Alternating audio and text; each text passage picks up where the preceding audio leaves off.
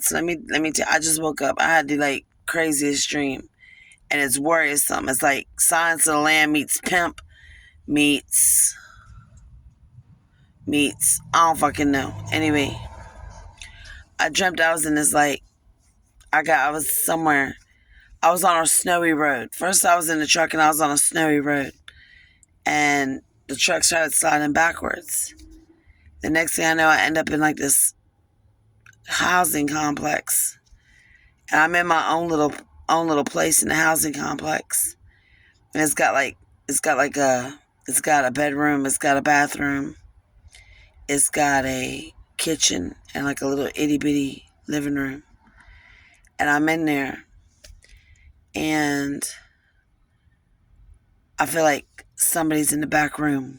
Like I had been there for 2 or 3 nights. It was my own, but I felt like somebody was in the back room, like waiting on me. So I get like crazy, and I like run out of the housing complex, and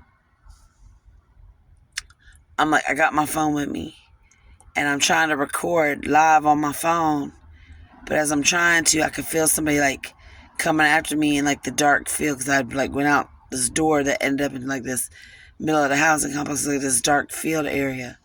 So I'm out there in this dark field area, and I feel the person like trying to come after me, but I'm trying to record, but my flashlight won't work. Every time I try to use my flashlight, this dumb bitch is using the flashlight. So let me forward y'all to this.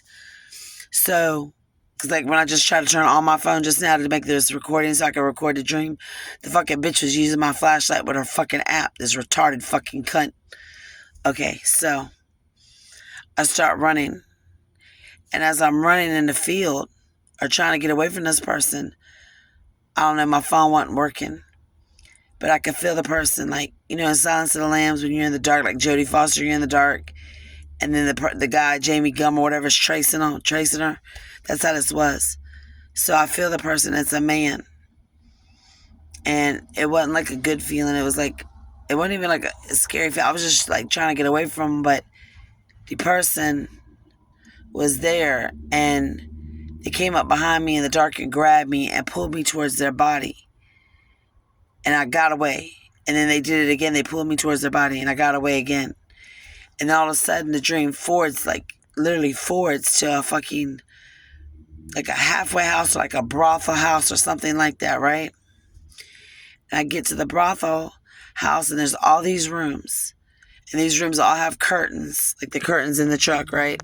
Has all these curtains in front of the door. And in each room is a different girl setting. There's like a toilet, a bathtub, a bed. It's like, you know, that type of setting. And at first when I get there, I see Jason, a little short guy from Fort Wall, and Jason's in there with a girl. And this other guy's there, another bald-headed guy, and his name was Patrick. I remember that, Patrick. And him and Jason were trying to be super nice, but it was like creeping me out kind of. So I was in my room, and I hadn't had my room set up, but there was more than one room in this entire big, huge boarding house. Like there was like damn near 10, 11 rooms. All of them were curtains. Every one of them had a girl in it. Some were female, some were trannies in these rooms. Some were passed out in the bed, some were on fucking drugs. But as I'm going through, because I came out of my room to go talk to the girl that was with Jason, and she's telling me some stuff, and we're like laughing. And the next thing I know, I start going back to look for my room, because the guy, Patrick, has disappeared. And so I start going to look for my room. And I end up in this room, and it looks like my room. But then there's a bag there. And in the bag, there's stuff that I like always, like I'm thinking I need before I go to bed tonight. It's like razors and shit like that. So in the dream, in this bag, there's zingers, because I love the red zingers. So the red zingers, like Twinkie cakes, there's those in there. There's razors, there's body wash, there's toothpaste, there's brushes, right? There's like all this little knickknack stuff in this like bag, and I'm thinking it's my room. And then when I look around, I realize my room is not. This is not my room. It's somebody else's room. And there's stuff set up, but there's just none in there. So then I keep circling, looking for my room. So I get back to Jason, and it's like this big hallway that just goes around. But each hallway has a different bedroom on it. Each has a different door with a room. Anyway, so I find Jason and them again, And the girl tells me, she's like, oh, girl, she said, that guy Patrick's probably in your room. The curtains are probably because he's probably in the room using your room to sleep or whatever. He's probably going to use it for the night. And I was like, what the fuck? So I go back looking for my room again. And sure enough, I get to the room, I open up my curtains, and the boy Patrick is in my bed asleep on the ground looking at me like he's asleep. And then when he realizes I'm in there, he's like scrambling. I was like, no, you stay. You go ahead and stay. So I come out the room. But as I'm going through each of these rooms, I get to this one person's room, and the person in there is not a female. It's a tranny. It's a black tranny. She's in the bed. It's like she's on drugs or lean or something. She had drank something or fucking did some drugs or something. She's in the bed. And I could smell the heavy perfumery, but it didn't smell natural. It smelled like a scent that would be on a man. It's very heavy smelling. And I see her. She's like, oh, you need help? You need help finding your room? And I said, yeah, I'm trying to find what happened to my room. I don't know. I'm like lost in this house. And then she's like on drugs, and she looks at me. She's like, she says something. And I was like, no, I'm just gonna go ahead and find it. She's like, girl, don't come here disturbing me. She said, you're the one who pulls. This is what she said, or it said. She said, you are the one who pulls people out of windows. What the fuck? So I go back and tell the girl that's with Jason what she said, and tell Jason. And Jason looks at the girl because he's rolling a blunt. And the girl looks at me. She goes, she said that to you? And I said, yeah. She said, I pull people out of windows. Like, bitch, what am I? Like, the fuck? So this is what she says, this tranny bitch. And all of a sudden, this bitch is like upset or whatever, trying to find me. And I'm like, bitch, I wish you would, because I'm going to fuck you up. And like, I had my gun on me, and I was like, dude, I'll shoot her in the face. So all of a sudden, I get to a bathroom, and it's like all these women in this thing are like either sex workers or dancers or something. But then I get to this bathroom area, and there's 3 little girls in this bathroom, and they're all young. They're like 3 little baddie girls. They're really pretty. They're really cute. I see a dog, my dog, one of the dogs. I guess the dog, it got killed. It was in a luggage. It was in an open luggage. And I see a white furry cat in another girl's room.